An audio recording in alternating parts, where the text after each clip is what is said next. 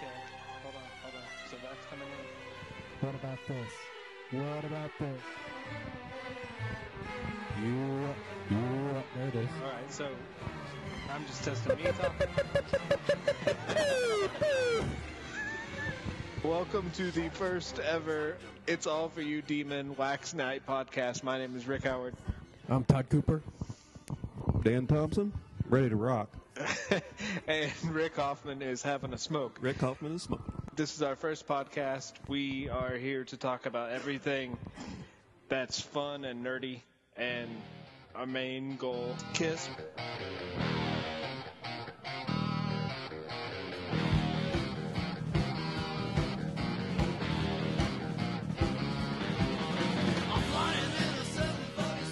We're all huge Kiss fans, but we also host Wax Nights, which are a gathering of 30-year-old men, kind of like little girls have a slumber party. We all get together on a Saturday night and we eat food and we watch movies and we watch music videos and we talk music, movies, television, comic books, everything geeky.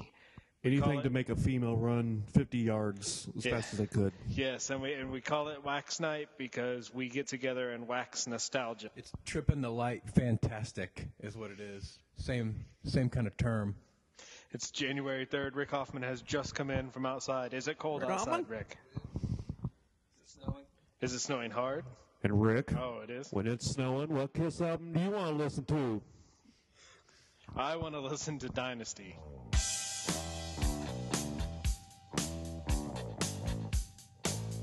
Dan? Good call. Dynasty is the quintessential winter Christmas Kiss album. Curious to how many of you listeners agree with this. Todd? I agree with that too. I also think Lick It Up. And I was also, when we were setting up again, I was thinking, would you guys consider the first Kiss album to be a winter album? I consider the first Kiss album to be an October album. Yeah. I mentioned it the first time around. I do think Asylum is a winter album. Let me go through the... I think the solo albums are winter albums. What about Unmasked? Where's that fit? Well, Unmasked is spring. Yeah, waiting in line at Dairy Queen.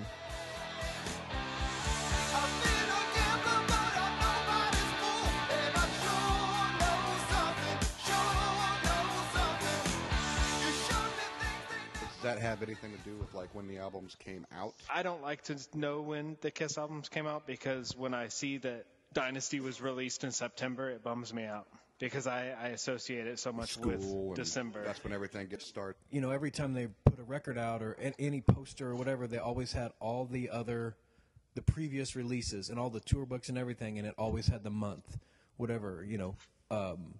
Hotter Than Hell was October 74, and Dressed to Kill March 75. I just always associate all of them with that, but that doesn't fit into the reason why I consider them to be albums for those seasons. For me, it's when I got the album, and some of them even the sound of the music, because I don't remember when I bought Destroyer, but I think of it starting to get chilly. September, and I don't know why. Just the sound of the music itself. Color of the cover can sometimes, we talked about that, the color of the cover can sometimes lend itself, like Lick It Up. Lick It Up was an October release, but I associated a lot with Christmas of that year, and it's all white, an all-white cover. That might have something to do with it, maybe. Well, and as you say that, inside record sleeve of Dynasty, that focusing of the red, yellow, purple lights, that's the Kiss logo, but it's the lights are being streaked out. Yes, very Skateland. Yes. Very Skateland and very Christmas, I think. And I think the whole disco vibe of Dynasty lends itself to Christmas lights. Blinking Christmas lights. Lights of any kind, because no one discoed in the daylight. Seriously. Was Largo in the winter? The Largo concert? Well, it snowed inside, but it was confetti.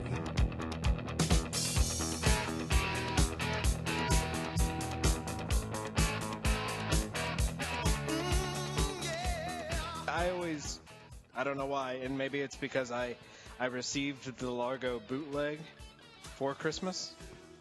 I immediately always think Christmas when I think Largo. Now, Rick Hoffman, you're not the biggest Kiss fan in the world, but I do know you enjoy Creatures of the Night a little bit. Does a certain weather vibe? Do you get a certain weather vibe from that album? As far as Creatures, for me, it would have to be springtime, late spring, because that's when I actually went out and bought the album. Certainly, I've heard a number of songs from Kiss from the time I was young until now, but my actual album that I first bought was Creatures, and that was probably sometime in the late spring, and that was just shameful to say, probably about 2 years ago.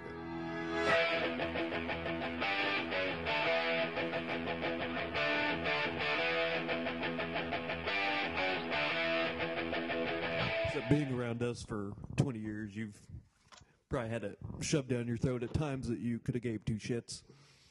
Got it. What you got? Largo was July 7th, 1979.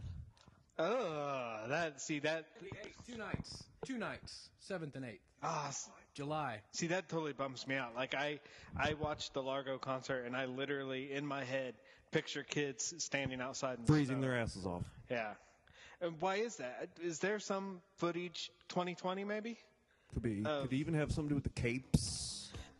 Well, and the weird thing is, if you think about it, the Australian Sydney show we love, that was filmed in November, but in November, Australia is going through their spring. Albadar. Is Kiss the only band that you can do this with weather? Absolutely not. No, yeah. Although I it's totally easier. agree. It's the easiest, I think. Metallica, the colors of the covers and the sound, like the Ride the Lightning, Blue, Winter, the tone of it. It's, I mean, not even to mention that Trapped Under Ice is on there. I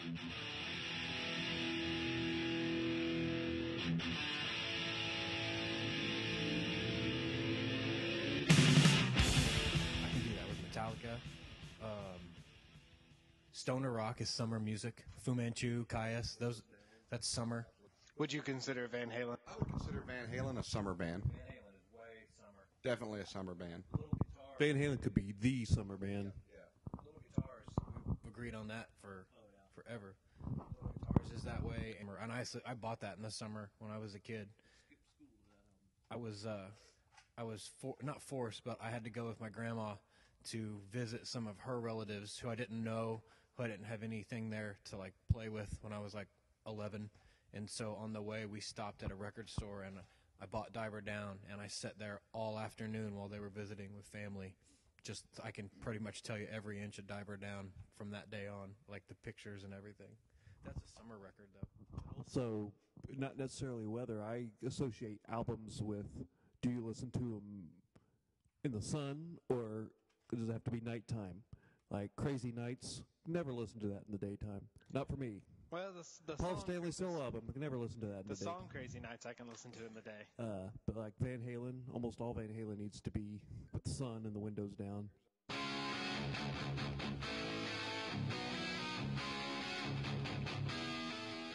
Here's a question for you that I'm sure everybody could get into.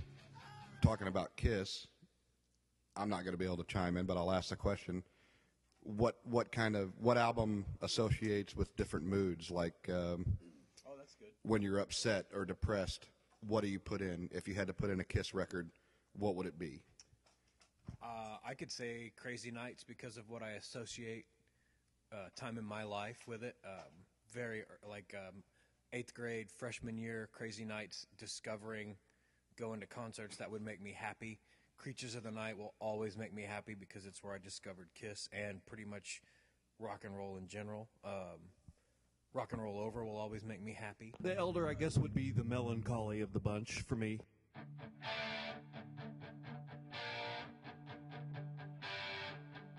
Yeah, I mean, if you had to pick one that is that way, it's not. I'm not just jumping on the "Hey, let's bash the Elder" bandwagon like everybody does. It's an easy target for that reason. I'm not meaning that.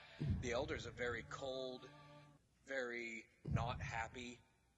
It would be a record for when you're not in a great mood. I would go with that. Yeah, it's a very November record for me. Yeah, November's very, very much. It's very brown. Yeah. Is there a Downer Metallica record? My opinion on the Metallica thing, as far as if I'm in a depressed mood, I would go for Justice, just because the way it hits, it's kind of like a massage. A massage will bring out the pain to where it hurts, and then it slowly whisks it away, and that's what Justice does for me.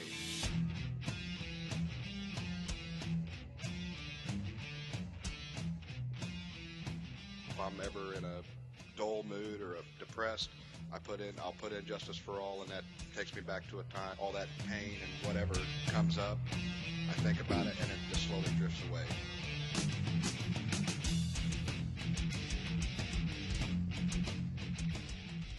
So that's my Metallica depressed record. That's a cool way to put it.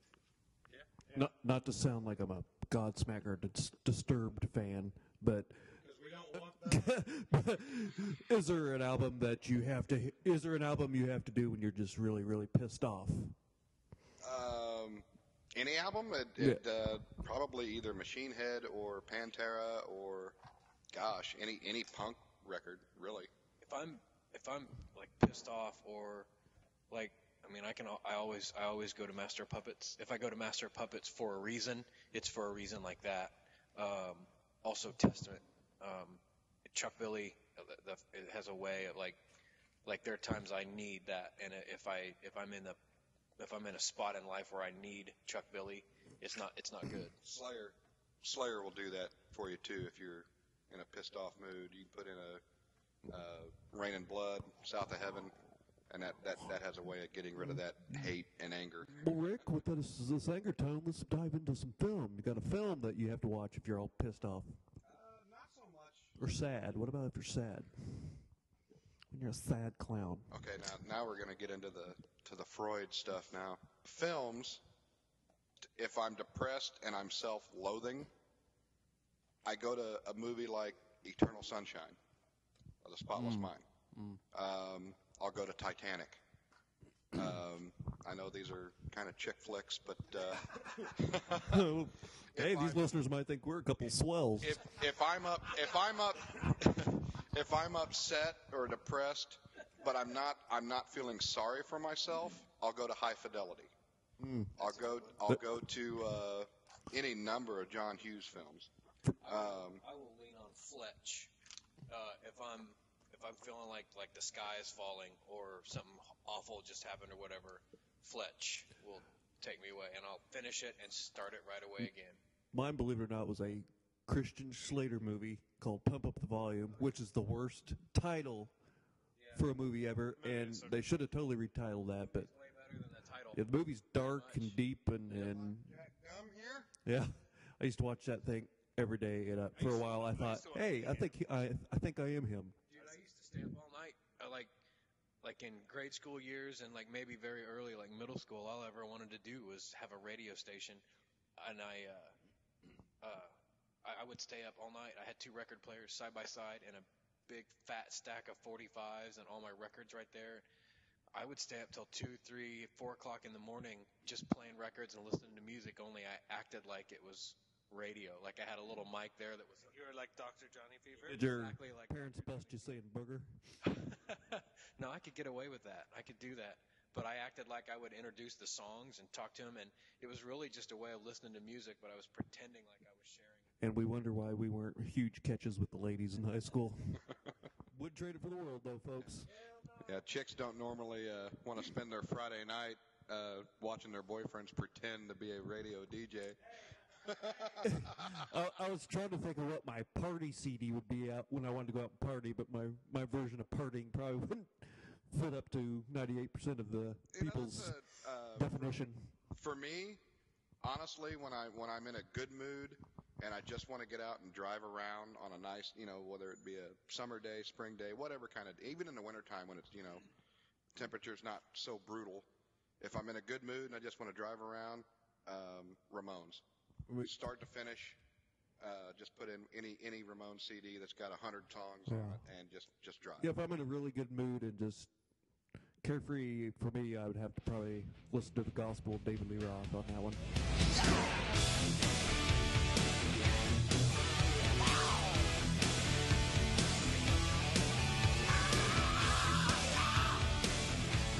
Now, earlier you touched on you bought Diver Down and stared at it at a relative's house. Yeah.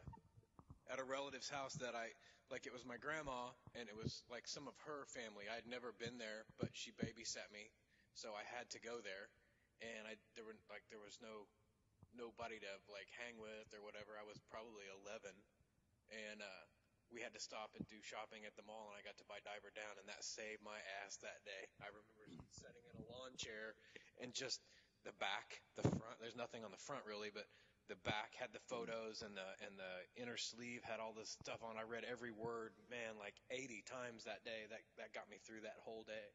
I have a similar story on that. Having to go to the mall to shop. I'd already done my school clothes shopping, and now it was my sister's turn, but I had to go too, which was at the mall. So I was a big Queen fan. Another one, Bites the Dust, was just huge. And to get me to be quiet and shut up, my mom got me the Queen the Game album. And of course, they had to put them in those giant sacks because it was an album. And then we had to go to JCPenney's and look for my sister's stuff. And I remember taking the album out of the thing so everybody could see what I got. It was like show and tell. Which I still love that album dearly. Mine would have been Condition Critical. I don't know. There was something my mom and I were doing like all day long errands, and I bought Condition Critical on cassette, and just staring like she could have been in the fabric store, and I was just like sitting in the car staring at that cassette cover, Right around the time me and you really first met. Fascinated by like the punch in his chest that looked like the paper of the album cover being ripped in. Oh, Another Deer album. That I defended that album so much because no one, by that time that came out, people were done with Quiet Riot, and I thought that was actually better than Metal Health. Still do, and so it's still got a very soft spot.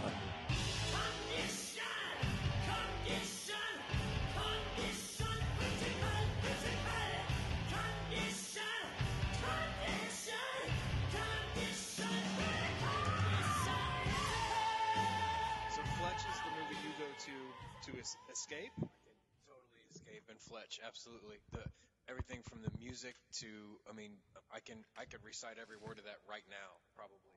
I've seen it, and that one's just never got me like it did you, Rick. There's definitely a lot of John Carpenter. The Thing being one of my favorite of his. That's another one where the music of the movie is good enough on its own. Well, have you ever heard of a movie called Star Wars? Star Wars, I have to be in the mood for it. Yeah. It's not one you just, I'll sit down and pop that in. Yeah, because I can't watch just one. No. I have to watch Star Wars, then I have to watch Empire, then I have to watch Jedi. You have to have your Star Wars helmet on, per se. Have everything in place. I'm going to jump a little bit. In the fire? What do you think of the Star Wars trailer? The new one. Goosebumps. Yeah, absolutely. I cannot wait until December of the 2015 this year. I look forward to it just to see, honestly, just to see the cast. Harrison Ford, Carrie Fisher, Mark Hamill. All the original people. I just look forward to seeing how they progressed. Honestly, it'll probably be the fastest 2 hours ever, and I probably won't remember. I won't remember much. I probably won't sleep much that night, and just thinking, when can I go sneak that in again and really fully digest it. Will you go to the midnight showing? Hell yeah! I will definitely be at midnight. And a lot of people were bashing the trailer, just anything about it. They just picked it apart and bashed stuff about it. But I think a lot of that stuff we may not even see in the... Yeah, that was just a rough sketch trailer. I like the new lightsaber. Yeah, all the nerds are bashing that. Of course they are. Well, what would that be used for? The two little things on the side. Yeah. Somebody is to say to protect a hand because they knew what happened to Luke. Right. And Anakin. True that. They all got hacked up at one point. Who Anakin turned out to be. Yeah, he was the man, the James Earl Jones. Dan, we're starting to get this. Dan, what would be your escape movie if you were going to escape for the day? What would be the movie you'd go to? Any of the Lethal Weapons. Absolutely. Sure. I would, yeah. Right in order with them too. The Fugitive, U.S. Marshals. Both of those. It really just. There's a movie called Sneakers with Dan Aykroyd and Robert Redford. How do you describe those? Safe Safe movies. Safe place. Warm fuzzy. Those are movies that take you into those people's little world, and you can kind of go there with them. A movie that wraps you around like a blanket. Murder, She Wrote, for me, is the TV show I go to for that safe Right place now, feeling. Comic Book Man. I can watch it all day. It's four guys. What we're doing right now, talking about shit that came out in the '70s. What can be wrong? Speaking of, I don't want to bring up TV shows, but one show I could actually do without would be Duck Dynasty. We'll go ahead and get that out in the open right now.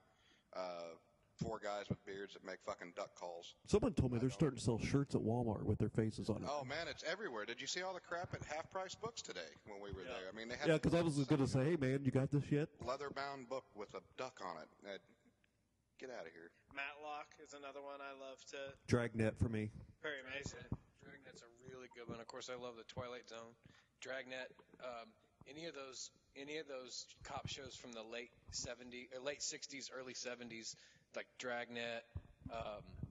Adam 12. Adam 12 is a really good one because you can see all the real neighborhoods of LA and stuff that they used. Those things like that.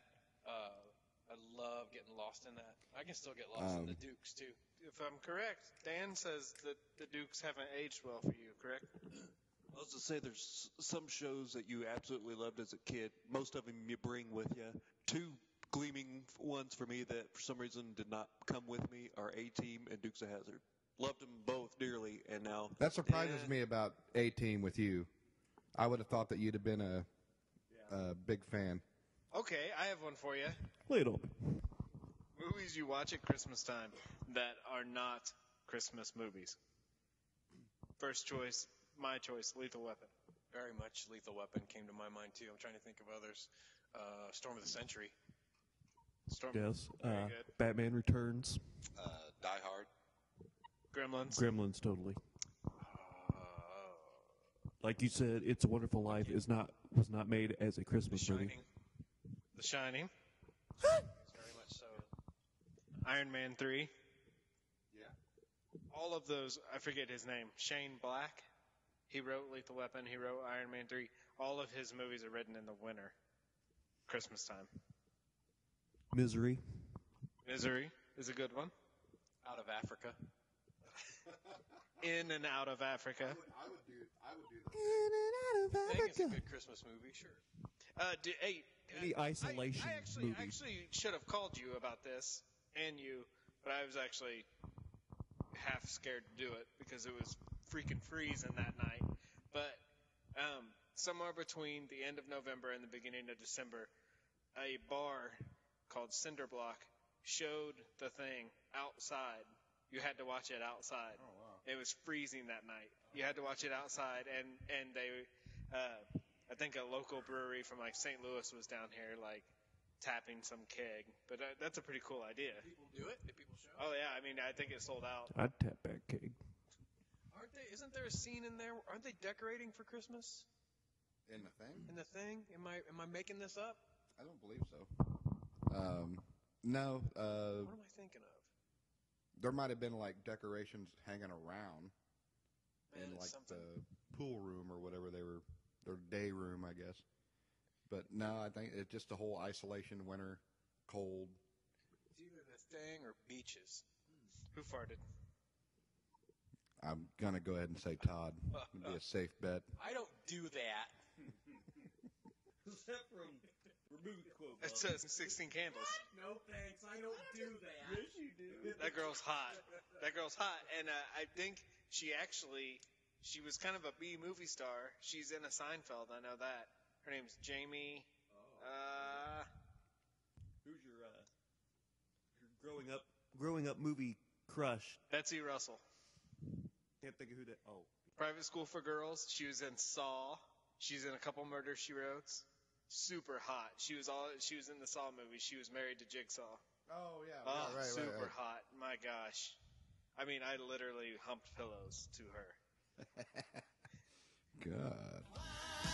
Don't you use it? Try not to prove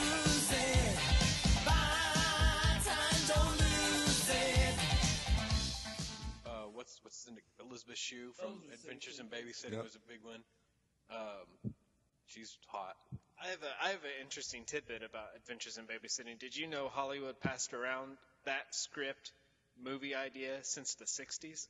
Whoa. It was originally supposed to be Jane Fonda for a while. Wow. And Speaking of, did you know that Gene Simmons, he wrote a script called Sable, didn't he? And didn't it end up, they rejected it, and then they ended up taking it later and turning it into Commando? Am I right on this? Are you kidding me? Oh my Listeners? gosh. Pardon? Listeners, you get back to us on that. This is blowing my mind. I'm not positive about this. And then in his book, Which book? his first one, Gene Simmons, A Kiss. People. Bassist. Yeah. I'm at a loss for that. I would have to do some more research on that. Get back to me on that. Now, that just blew my mind. Who's your hot girl besides Elizabeth Shue? That's already taken. Well, I'm older than any of you guys, so Farrah Fawcett was the first one. Betty Davis. Betty Davis eyes. Real dish back in her day. Some before electricity. Mine would be Leah Thompson. Todd's a big Christy McNichol fan. Leah Thompson, I would agree with. Yeah. You know she gets buck naked in All the Right Moves? I only know this from the internets. Shawnee, she was a pregnant chick in summer school, and the Saw's apprentice in the Saw movies. Shut up. God damn it. I hate you.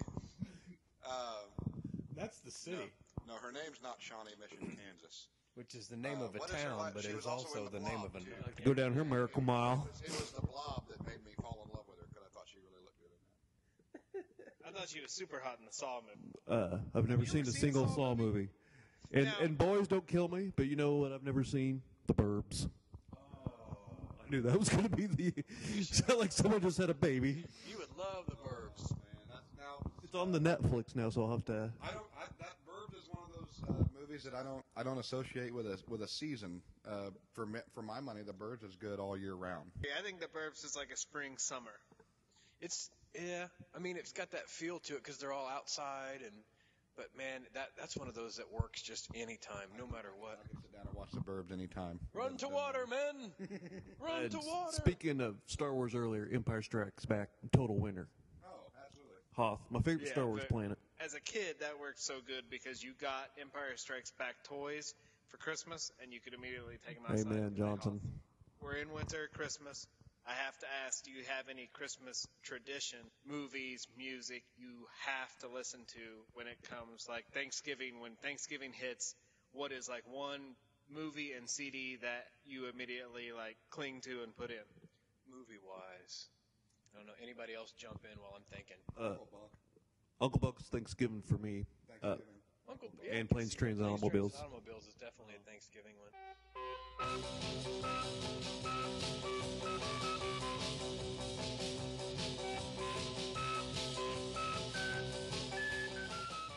John Trading Places. Ooh, Trading Places. Good call. That's another one that goes in the Christmas list. Really good call. If we're going to talk about Christmas movies, I absolutely have to watch It's a Wonderful Life every year, which you introduced me to, Rick. I didn't watch that for the first time till like 92. If you want to get all corny and true meaning of Christmas and all that, that movie There you go. If will do it for you. Since I had a baby that you haven't seen The Burbs, you can have a baby that I have not seen It's a Wonderful Life. Ever. Oh. That whole sequence at the end when he's going nuts is the absolute best. If you ever are down on yourself and need to get refocused, that would, even if it's not Christmas time, that would actually literally do it for you. Okay, I have to ask, since Hoffman, you are such a It's a Wonderful Life fan, that movie's pretty damn dark. What is the darkest moment of that movie for you? The darkest moment of It's a Wonderful Life, of course, everyone's going to jump to the bridge scene when he tries to kill himself.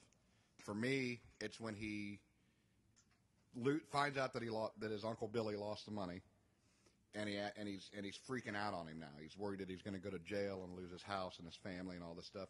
And he gets home, and he starts yelling at his kids, yelling at his wife. I mean, this is a George Bailey that nobody has ever seen before, so it's kind of like a split personality, you know. I mean, he's all sweaty, and it's almost like a Hitchcock or Twilight Zone feel to it. the camera zooms in on him and he's sweaty, his hair's all Literally messed up. seen a man come apart. Isn't he kind of whispering to himself like? Yeah. For me, it's the bar scene. When he gets punched. Well, even before that, the bartender doesn't recognize him, and to me that scene's so depressing because that bar is so dark and like. Martini, don't you start doing it too. Oh, Jimmy There's Stewart. a scene where the camera just stays still and he runs right up to it when he's losing it. You know what I'm talking about? And he's. You can't see what I'm doing, kids, but yes, yeah, we need to sit down with you, and should probably do it before it starts getting warm. When he starts yelling at all this, what are we gonna have all these kids for? He actually does say, "Why do we have to have all these kids?" He absolutely does. And his one son when the little girl's crying and she's, "Oh, Daddy!" the one kid's trying to. Smacks him when he's a little kid. Oh yeah. Oh, That's pretty twisted. what you too. talking about, so yet? Now, speaking of hot, You're just depressed. Donna Reed, Donna Reed. especially Oh, yep. especially in the Absolutely. Donna Reed show, Yep. the TV show, she is super hot in there. hiding behind that bush. Now earlier you brought up, didn't you bring up? You brought up Murder She Wrote earlier. Yeah, Now, I know, a young young Angela Lansbury for me does it it does the trick. I love Murder She Wrote, and yes, I'm even semi turned on by old Angela Lansbury. That's right, I'm an Angela Lansbury fan. I celebrate her entire catalog. It's that whole female sleuth. Like I have a feeling like her panties are kind of bloomer panties that pull up by the belly. It kind of adds to the mystery. There's a scent of shower to shower down there. Wow. Oh, No man. one else. Show of hands. How many people think that there are other people in the country right now discussing the possible sexiness of Angela Lansbury and what kind of panties that she had? Same amount of people that bought a issue of Dazzler like Rick did today. Dazzler number 2. Speaking of TV women that most normal people don't think are hot, how about Alice from the Brady Bunch? I don't know what it was about that outfit she had, but if I was Mike Brady, I'd be. Now I was a Florence Henderson fan. I thought the mom was super hot. Yeah. I didn't realize it back then as a kid, but when I watch them now, I'm like, holy shit, she was fucking hot. Better when she had her mullet. Are you guys very familiar with 9 to 5? Absolutely. Oh, yeah. As a matter of fact, I smoke pot. That scene, the nightgown she's wearing, Yeah. women need to wear those nightgowns again. Yep. I'll agree with that. I don't think Karen Black's that attractive, but in Burnt Offerings, is she in a nightgown one time? She I think, has light blue nightgown. oh, good times, good times. I miss Dabney Coleman. Yeah. Not that I need to see him in a nightgown, and the nightgown isn't what made me think of Dabney Coleman, but I liked him. Cloak and Dagger. I was just going to bring up Cloak and Dagger. And you want to talk about escapist movies. It always made me mad. He has that water gun, and it's full of like red colored water. Yeah, red dye. It always made me mad because I wanted to carry my water gun in my backpack as well, but all water guns leak, and his didn't. Yep. Oh, it made me mad. He had the softball that was a grenade, and they borrowed the walkie-talkies from the game store guy. Which was William Forsythe. Yes, it was a very young one. Yes, it was. He was bouncing the ball when he saw the murder, right? Their mission, quote unquote mission, was to go get catalogs for the game store guy from the game company office, which was downtown. They went I wanted to get him downtown, a Twinkie too, right? get Twinkies from the snack machine and the catalogs. And the girl took the elevator, but he didn't like the look of the dudes on the elevator, which turned out to be prophetic. And so he walked up the stairs and was bouncing the ball. And there's a weird scene where he sees like the reflection of the same floor above building. him, but it looks like you have to. As a kid, I never realized how that happened, but See, as a kid, I always thought he was watching the building across the street, but and then I never understood why the door opens behind him. It took years for me to figure that out because, well, I'm slow and it's kind of vague. But he's seen the reflection of the floor above him, and the dude comes out and gives him the game cartridge with the secret. Cloak and Dagger is the name of the game. Cloak and Dagger is one of your hidden movies. Is it Dungeons and Dragonish at all? Oh no, not at all. It's like if a young kid was Indiana Jones almost, but like it's just adventure all through the city trying to get away from the bad guys. And Dabney Coleman plays his dad, and Dabney Coleman also plays the Jack Flack, who's the hero from his game. but it's like his imaginary friend that only he can see. Is it good enough that you could put the word swashbuckling in there somewhere? At certain times, there's a river scene that you could do that. One of Now- them's missing some fingers. Now that was the scariest thing of the fucking movie Yes. was the old lady. old lady The when old she took her lady had glove a off. glove, and did you hear something bad about her missing a finger? Yeah, all you heard was I don't remember But how then he there's heard it. there's a creepy ass scene at the end, and I remember that movie scared me of chloroform too, because she chloroforms the kids. yeah, very much so.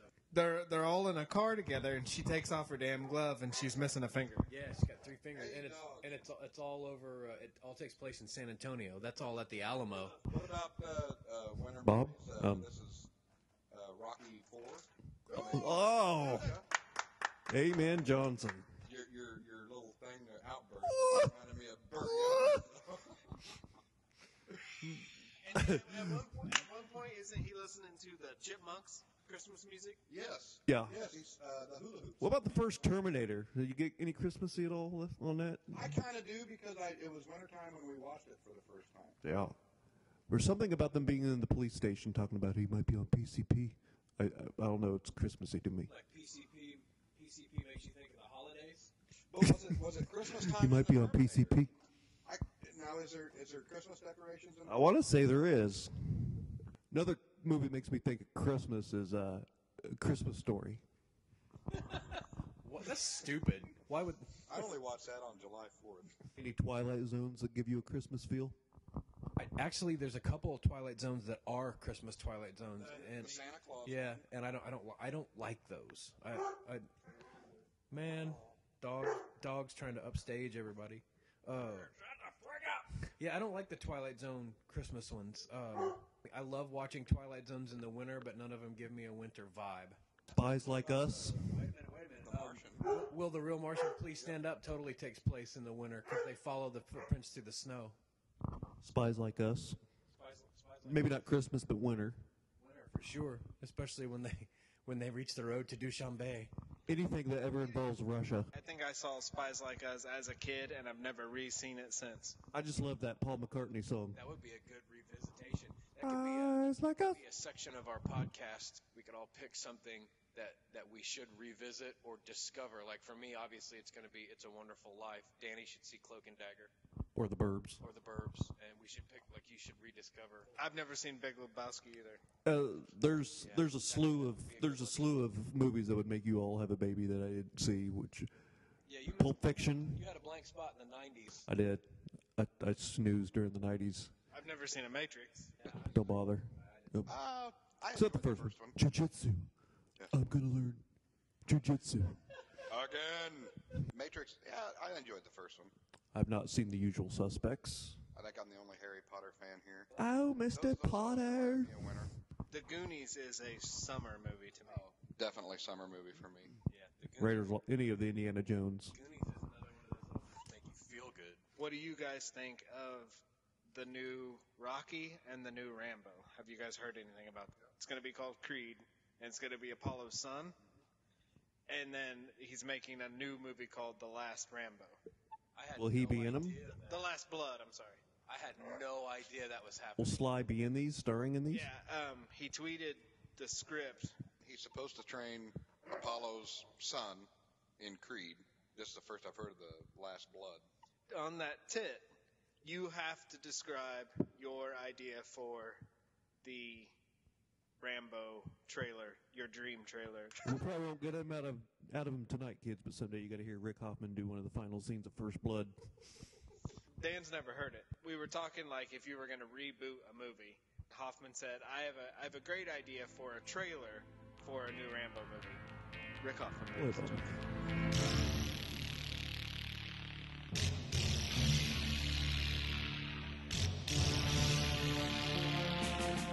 The trailer is simply imagine sitting in the movie theater, you're going to see whatever, and the previews come on, and just as soon as they start, the screen is black, but you hear radio transmissions. The screen's all black, all you hear is radio transmissions, and you hear over and over again, Raven, Cubby leader to Raven, and you hear that a couple of times, Cubby leader to Raven. Come in, Johnny. And then it pauses for a second, and then out of nowhere you hear, "This is Raven, go Cubby Leader," and then he acknowledges all of them, Ortega, Danforth, and then all of them check in. This is Danforth checking in, and then the screen brightens up, and it's a prequel to First Blood. It's Sylvester Stallone as Rambo in Vietnam, and you get to see the shoe shine box blow up with him and his buddy, and you get to see all this stuff happen that he described in First Blood. That'd be awesome. I'd buy one. First Blood is a Christmas movie.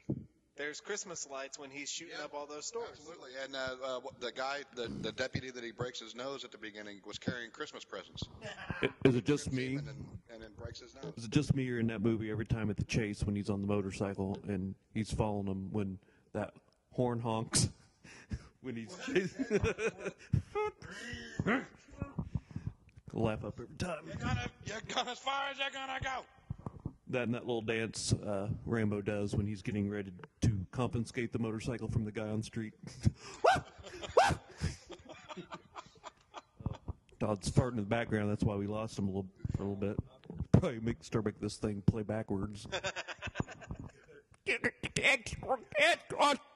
closing, I have to say, what is one thing you're looking forward to this spring? Comic-Con. Oh, yeah. In Kansas City in March. I get to meet the stars of Walking Dead and get their signatures and. The armor would move farther and farther down the table. The second half of this season of The Walking Dead, I'm totally looking forward to. Absolutely. February 8th, 9th. Can't get here fast enough. I want Fu Manchu to tour this spring and summer somewhere. I want to go see Fu Manchu play. I'm hoping Rush tours. I would like Bryan Adams' Reckless 30th anniversary tour to come to the States. That'd be one wish. Be interesting to see what the lineup is going to be for Chicago Riot Fest in September. October is usually when that is. What's Chicago Riot Fest? I'm not familiar. Riot Fest is like a week-long punk fest. Name a punk band, and they're probably going to be there. Last year it was the Descendants. Even like Slayer. Helmet. Slayer was there last year. A friend of ours, Bill, and I went a couple years ago. We got to see the Descendants. We got to see. I think David would probably like to do that with you. Larry and his Flask was my first introduction to that band, and that was a really fun band to watch play live. So it's always interesting. And you see a bill for it, and it's like it starts off with big letters, and then 100 bands later, you can hardly read it because there's just so many people that go. So it'd be interesting to see who's on that bill this year. I want to take the train somewhere. I keep thinking that I want to take the train to see Roswell. That would be an all-day train ride for me. People train? We also need to go to San Francisco to see the Big Cross. I would go to San Francisco just to see Mount the Big David. Cross to prove that fucking cab driver wrong, and all my quote friends that were laughing at me just because I couldn't remember the name. I'm gonna laugh at you. Across from Dirty Harry, which is Mount Davidson Park. Mount Davidson. That's what it was. Are there any superhero movies coming out this summer? I'm not too much into Avengers anymore, but I can't remember if they come out this year or the next. There's got to be a DC coming out. Well, the Batman Superman one I think has been pushed to 2016. Oh well, what a tragedy. Grow up and drop this comic book and music shit and do some like football. Yeah, I'm looking forward to going to lots of Royals games, but that's about as much as sporty as I get. Yeah, I want to see the Royals play a lot too. speaking of We got to which, get our friend real Mike quick, Jackson on one of these podcasts, another young upstart. and David. Speaking of which, have you ever noticed the solo album reference in the lips of Asylum? The color coding, absolutely. Well, I didn't until you pointed it out. to No, me. but I know you probably have it 5 feet away. I'd like to see that. Bruce's lips are blue. Oh, Eric's that, are yes, green. yes, I do know that. Rick, what do you think of that? Yeah, whatever. Kiss, bud, you. For that, thank you for joining the first ever It's All For You Demon Wax Night podcast. My name is Rick Howard. Rick Hoffman. Todd Cooper. Dan Thompson. See you next time.